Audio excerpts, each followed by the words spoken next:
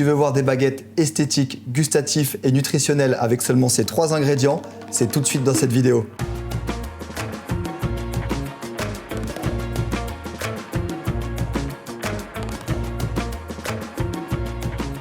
Hello les gars, moi c'est Tristan, ça fait 15 ans que je suis boulanger et je suis spécialisé dans la boulangerie 100% levain. On a tendance à penser qu'utiliser que du levain, ça va nous faire perdre du temps et avoir des procédés encore plus compliqués. En général, la plupart des boulangers vont utiliser de la levure industrielle. Je vais vous montrer que sans levure industrielle, avec simplement de la farine et de l'eau et un peu de sel, on peut avoir un super produit. Vous allez donc voir dans cette vidéo le procédé étape par étape d'une baguette de tradition française 100% levain.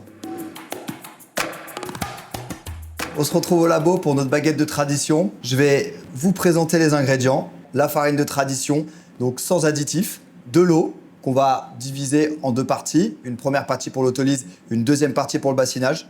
Le levain, l'ingrédient mère, sachant que dans cette recette, on ne va pas utiliser de levure. Et ici, le sel, donc sel de Guérande non raffiné. Pour finir, dans les outils, on va avoir le pH-mètre et le thermomètre. On va commencer. On va faire une autolyse. Pour l'autolyse, je vais commencer par verser mon eau. Nos 680 g d'eau. Le sel, 20 g de sel. 1 kg de farine. Comme par hasard, il fallait que j'en mette trop. Et on va pouvoir procéder au mélange. On va passer au mélange pour l'autolyse. Pour la démonstration, je vais faire le mélange de l'autolyse à la main pour qu'on puisse discuter de pourquoi je fais une autolyse. L'objectif, c'est simplement d'avoir un phrasage. Donc, c'est juste le mélange de l'eau et de la farine pour que ça se transforme en pâte. L'ajout du sel dans le mélange n'est pas obligatoire. Quand on fait des mélanges farine-eau de très longue durée, actuellement je vais faire entre 16 et 18 heures, on peut avoir un excès d'activité enzymatique, c'est-à-dire une farine qui s'est trop autodétruite et qui va avoir du mal derrière à bien se tenir. Donc moi, j'ai ajouté le sel qui va me permettre de garder de la tenue et de ralentir un petit peu l'activité enzymatique sur cette longue durée. J'ai effectué mon mélange la veille parce que je fais un travail en direct aujourd'hui. Vu que je travaille en direct, j'ai besoin que ma farine ait travaillé toute seule avant que je commence le pétrissage. On arrive à la fin du mélange de notre autolyse. Cette autolyse, elle va reposer pendant 16 heures. Pourquoi une autolyse aussi longue? C'est pour avoir des textures de pâte plus extensible, car ma farine est assez tenace. Les autres intérêts de l'autolyse, ça va être la coloration de la croûte. On va avoir des croûtes un petit peu plus caramélisées, une croûte plus fine et un alvéolage qui sera bien plus ouvert qu'une pâte où on n'a pas effectué d'autolyse. Ici, on a fait le mélange à la main pour la démonstration, mais maintenant, je vais vous montrer comment on fait avec un pétrin. Ici, on a le levain que j'ai effectué la veille, donc j'ai fait mon rafraîchi la veille. Je vais incorporer mon levain. On est parti pour le pétrissage. Let's go.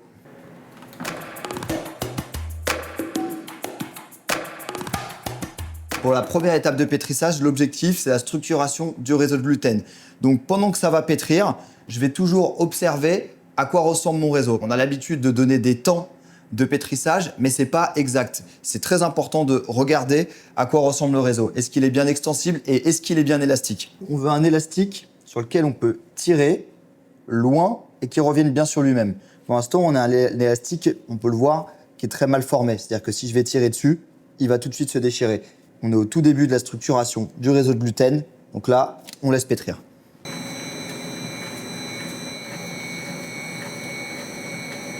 Je regarde encore une fois le réseau.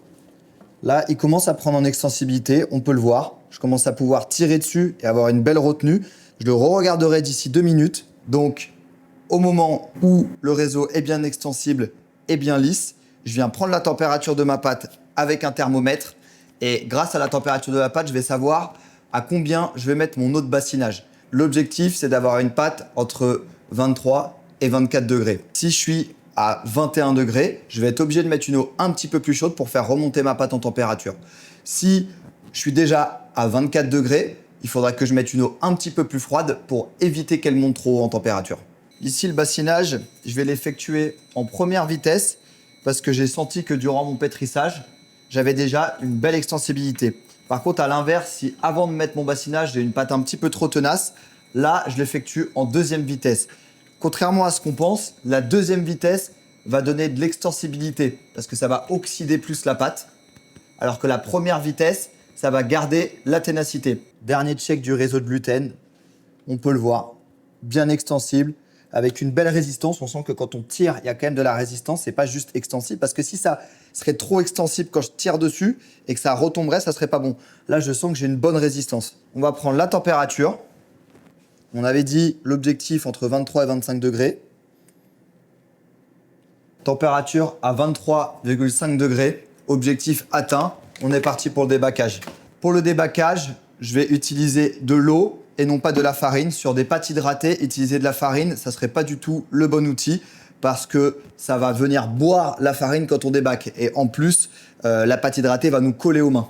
Sachant qu'on travaille sur une pâte où il n'y a pas de levure industrielle, il y a seulement du levain, c'est important de connaître le pH. Je vais prendre le pH à la sortie du pétrin. C'est pour connaître la descente qu'il va y avoir. C'est-à-dire que la descente du pH durant la fermentation va me donner des indications sur l'état de la fermentation. C'est pour ça que je prends à la fin du pétrissage et je le reprendrai également au moment de façonner. Ici, je suis à 5,30. Il faut éviter de diviser et manipuler une pâte surfermentée parce que ça va être beaucoup plus difficile. Alors que si on divise la pâte un petit peu sous-fermentée, ça va être plus facile parce que le gluten sera dans un meilleur état. Let's go. On se retrouve pour la division. Ça fait 1h30 qu'on est en fermentation. Sur cette pâte, j'ai effectué aucun rabat parce que c'est une pâte 100% levain. Et via l'acidité du levain, le réseau de gluten se resserre naturellement. Donc on évite de faire des rabats. C'est très intéressant pour tous ceux qui sont en entreprise et qui ont des grosses quantités à faire. Ça va être un gros gain de temps. Maintenant, je vais prendre le pH. Tout à l'heure, je vous disais qu'il fallait 0,3 à 0,4 de descente. C'est parfait, on est à 5 de pH. Là, on farine toujours un petit peu sur le bac, également sur le plan de travail. Il faut toujours fariner et sur le bac et sur le plan de travail. Sinon, ça va adhérer et ça risque de coller au plan de travail. On essaie de bien décoller les bords du bac. Quand on fait une division à la main, c'est beaucoup plus pratique d'avoir un carré ou un rectangle, mais ça va éviter d'avoir des erreurs et des morceaux. Donc là, j'essaie de me faire une petite bande et je divise des pâtons 350 grammes. Pour la mise en forme, c'est simplement un petit pliage. Soit on la prend en diagonale, soit on la prend en carré. Ça dépend de la force de la pâte. Si la pâte a beaucoup de force, il vaut mieux la prendre en diagonale. Si la pâte a une force normale, on peut la prendre en carré. Là, ma force, elle est bien égalisée, donc je la prends en carré. Mes pâtons, je les pose sur une toile avec un petit pli entre les deux, comme quand on façonne des baguettes. Ça me permet d'avoir un meilleur maintenu au niveau de mes pâtons. Par contre, si vous sentez que votre pâte est tenace, donc a beaucoup de force, vous pouvez la mettre directement sur votre planche sans spécialement mettre les petits plis entre les deux parce que la pâte va se maintenir toute seule. Donc là, l'objectif justement, ça sera qu'elle s'étale un peu pour lui casser sa force. Là, j'ai une force bien égalisée, donc je fais mes petits plis pour que ça se maintienne bien. Vraiment, l'important, c'est quand on découpe, c'est de former un beau carré. L'objectif, c'est d'avoir un carré avec peu de morceaux à l'intérieur. Comme ça, j'ai juste à venir tirer légèrement sur ma pâte et l'enrouler sur elle-même pour avoir une belle mise en forme. Je vois qu'il me manque un petit peu de pâte. Donc, quand il me manque un petit peu de pâte, je vais être obligé de rajouter un morceau. On évite de prendre les morceaux qui se trouvent au centre de la pâte. On prend les morceaux qui se trouvent sur le côté. Parce que les morceaux qui sont sur le côté auront toujours moins de force que ceux qui se retrouvent au centre. C'est mieux de rajouter un petit morceau qui est sur le côté pour éviter de donner un excès de force au pâton. À l'inverse, là, j'ai trop de pâte. Je vais être obligé d'enlever un morceau. Le petit morceau, ce que je peux faire, c'est plutôt que le poser sur le côté et d'entasser plein de morceaux, je le mets ici, le long de ma pâte, parce que ici, c'est l'endroit où j'ai le moins de force. Donc le fait de rajouter mon petit morceau va éviter que j'ai trop de force sur ma pâte. Donc ici, par exemple, je vais prendre un morceau qui se trouve sur le côté. Je sais que sur les côtés, c'est le même principe qu'avec les morceaux. J'ai un petit peu moins de force. Je vais faire une mise en forme un petit peu plus serrée et un petit peu plus courte pour en fait combler le manque de force qu'on a sur les côtés. À l'inverse, au centre, on aura forcément un petit peu plus de force. Donc là, je vais simplement venir plier ma pâte légèrement et faire ma petite mise en forme allongée. Donc à l'extérieur, on peut faire des mises en forme un peu plus courtes et plus serrées. Et au centre, faire des mises en forme un peu plus longues et un peu moins serrées. Il faut toujours s'adapter à la pâte et au ressenti qu'on a. Donc pour ceux qui débutent, c'est l'entraînement et la répétition des touchés de pâte qui va vous permettre de commencer à ressentir la force. Là, on est au dernier pâton. On est parti pour 1 heure à 1h15 de détente. On fait une détente assez longue pour avoir une belle extensibilité pour le façonnage.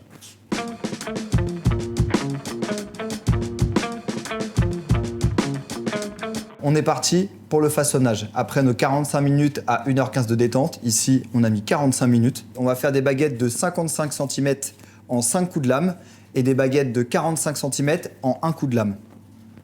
Première étape, passer un petit coup de balayette sur la toile pour enlever les excédents de farine.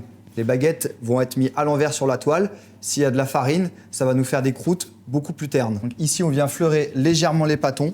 Pas la peine de mettre énormément de farine, sinon ça va être problématique pour le façonnage. On met un petit peu de farine également sur le plan de travail. Donc pour le façonnage, l'objectif, c'est d'avoir une forme bien symétrique. Il faut façonner d'une manière différente selon les pâtons. Il y a des pâtons qui vont avoir plus de force et des pâtons qui auront moins de force. Donc un pâton qui a plus de force, on va peut-être le dégazer un petit peu plus pour casser un peu cette force et lui faire seulement un pli plutôt qu'en faire 2. Alors qu'à l'inverse, un pâton qui n'a pas assez de force, on va peut-être le mettre un peu plus en longueur et lui faire plusieurs plis pour lui redonner de la tension. Ici, on a une belle olive allongée et nos plis devront rester symétriques tout le long du façonnage.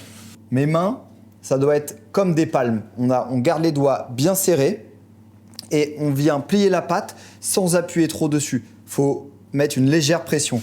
Et je garde toujours ma forme bien géométrique de gauche à droite. Pour la soudure, je vais prendre mon pouce et je vais créer une sorte de pression et tourner comme ceci pour refermer avec cette partie de la main. Donc c'est vraiment le bas de la paume et je viens fermer vraiment avec une toute petite pression tout en bas de ma paume. Mais je ne dois surtout pas fermer en écrasant ma baguette. Je dois fermer en venant faire comme ça.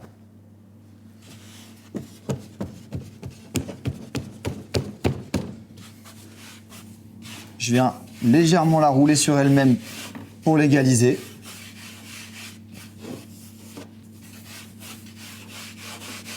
Et je la pose à l'envers. Donc pourquoi je la pose à l'envers et pourquoi je la pose sur une planche? Pour qu'elle s'aplatisse bien durant l'après.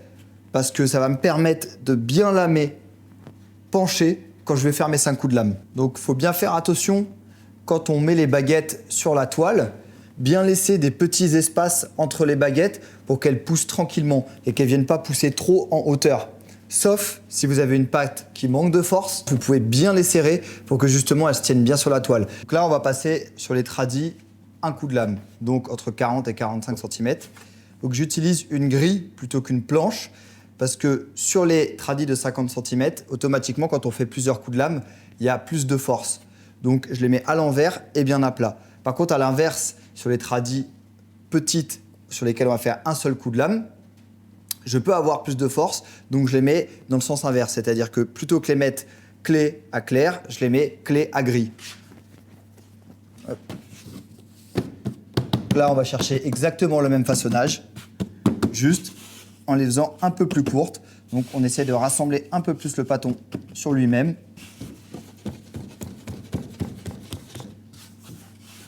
Même forme. Et donc à l'inverse, là, ma clé n'est pas en dessous. Je la pose, clé à gris.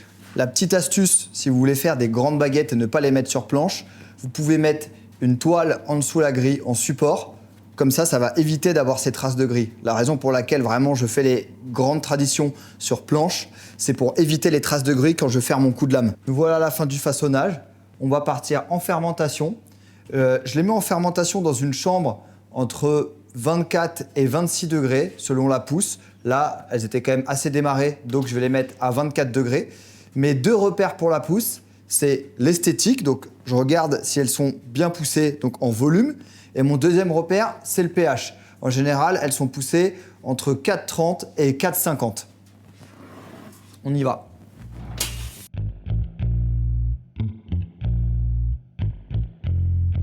Là, on est parti pour les petites tradis avec un coup de lame que j'ai mis avec la clé sur la toile. Donc, je les mets au four avec la clé ici et je viens les retourner. Contrairement aux autres que j'aurais pas besoin de retourner. Donc, on replace bien les baguettes pour qu'elles soient bien égales partout et bien symétriques. Pour le coup de lame, j'utilise une lame qui est bien penchée, avoir un gros concave, ce qui va me permettre de pas trop casser le poignet et bien lamer, penché. Donc pour avoir une grigne qui monte bien, qui va bien se lever comme ça, on a besoin d'avoir une lame qui est bien penchée. Et j'essaye de me placer le plus penché possible avec mon poignet. J'essaie de faire un tout petit arc de cercle. Et c'est parti pour 13 à 14 minutes de cuisson à 270 degrés. On n'oublie pas le petit coup de buée. Donc là, on va être à la mise au four des baguettes de 55 cm avec 5 coups de lame. Je les ai donc mis sur planche et à l'envers, ce qui va me permettre d'avoir une surface bien plate pour faire un coup de lame le plus penché possible. Ça va être encore plus important que sur les baguettes avec un coup de lame.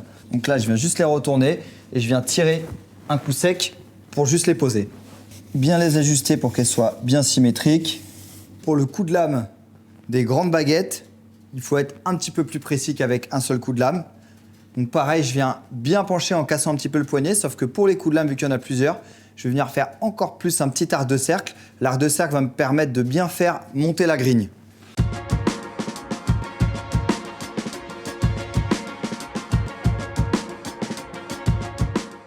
Là, on va procéder à la sortie du four. Ça fait 13 ou 14 minutes. Je vais les laisser un tout petit peu sécher dans un four un peu moins chaud. Vu que là, j'en ai pas mis beaucoup, ça va me permettre d'avoir une croûte un tout petit peu plus épaisse et une meilleure conservation.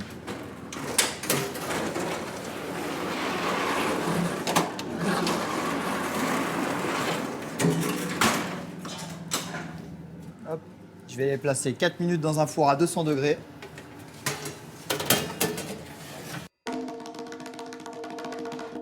Donc là, on se retrouve pour la sortie des baguettes de tradition 100% levain. Le résultat est plutôt sympa. On a, comme prévu, nos grignes qui ont bien explosé sur la baguette à 5 coups de lame. Je vais vous présenter aussi la petite, donc celle qu'on a fait à 1 coup de lame. Pareil, qui a bien explosé. On a une croûte qui est bien fine. Donc ça, c'est grâce à notre autolyse longue et la fermentation du levain. Le fait qu'on ait fait des traditions 100% levain, là, on a travaillé en direct et on a quand même réussi à avoir des belles couleurs de croûte bien caramélisées. C'est assez significatif sur les produits au levain. On a les croûtes caramélisées sur le côté. Ça croustille comme on aime. On a un volume qui est plutôt quali parce qu'en général, quand on fait des baguettes 100% levain, on va souvent avoir des baguettes qui vont être très fines, contrairement à la levure qui va fortement développer. Mais là, vu qu'on a un levain équilibré, on a réussi à avoir le volume, l'explosion et la couleur de croûte. Donc là, on entend bien quand on coupe que ça croustille. Et logiquement, quand je vais couper, j'aurai quasiment pas de résistance à l'intérieur. Donc là, on sent que ça se coupe tout seul. C'est bon signe. Donc on a un intérieur bien alvéolé, avec des alvéoles bien régulières et très important, une mie bien grasse et bien brillante. On le sent, il y a bien l'humidité. Ça, c'est un facteur de conservation derrière. Une croûte plutôt fine et croustillante et une mie bien grasse, ça va nous permettre d'avoir une baguette qui va mieux se conserver qu'une baguette normale. On va couper la deuxième. On a les mêmes caractéristiques de croûte, on peut l'entendre.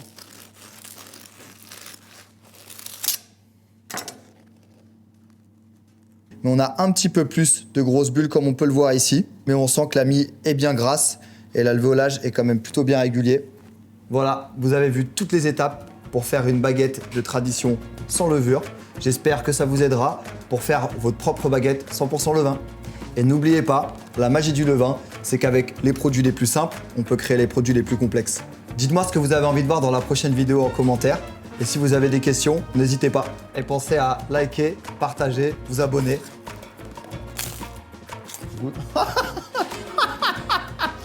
Sur ce, je vous laisse.